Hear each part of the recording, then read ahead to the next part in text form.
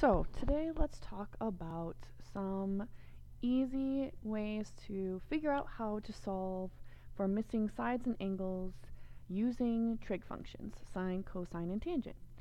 Okay, let's say we have a right triangle, right? You can only use this when we're using right triangles, just in case you didn't know. And we have a hypotenuse of 20 and an angle of 35. And I want you to find x and y. Okay, so we're going to find the missing sides of this triangle using some trig. So what I like to do is organize my information. And I set up these little charts or tables, if you will, to put my information in because I know sometimes it can get confusing of what goes where and which function to use. So the first thing you do is place the value for the angle, which in this case is 35, with the trig function, right? Sine, cosine, and tangent always go with the angle. Next, figure out what the 20 represents. Well, the longest side of the triangle will always be your hypotenuse.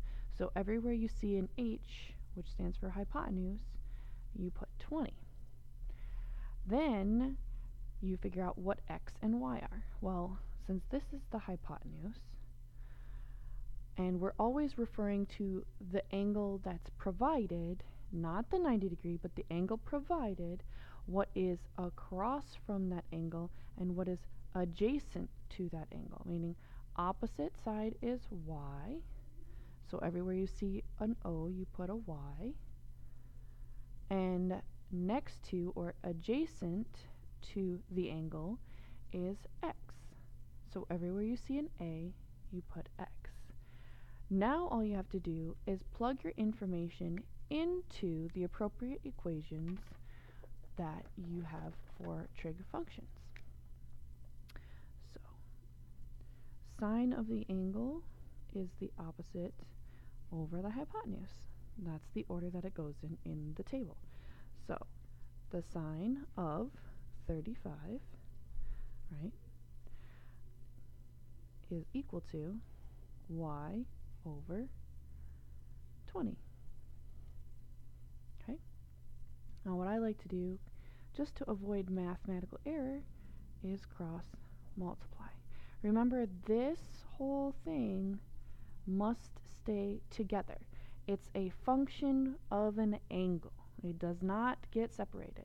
Okay, so you're going to have y equals 20 times the sine of the angle, 35. Okay, type that into your handy dandy calculator to get your answer. Please make sure that you know how to use your calculator properly so as to get the correct answer. Remember, when we're doing these, we're using degree mode on our calculator, and I'm just going to round to the 10th place. Okay? Next, solving for x, we are using the cosine function, set up very similarly.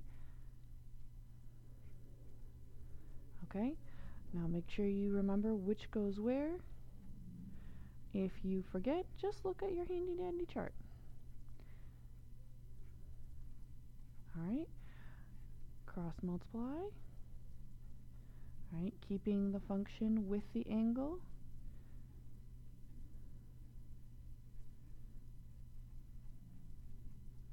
Alright, and you get your value for x.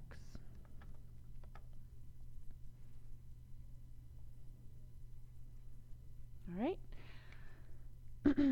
the next type of problem that you have to solve for is if you do not have the actual angle measure.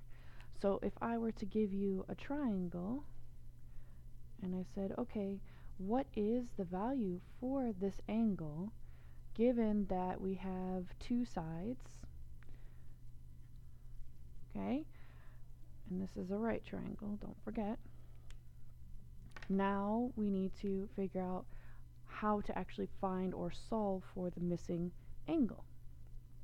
Okay, you're going to use the same method as before if you like it. If you don't like it, then you can just do it the traditional way. Okay, and next to the given angle, remember, is the adjacent.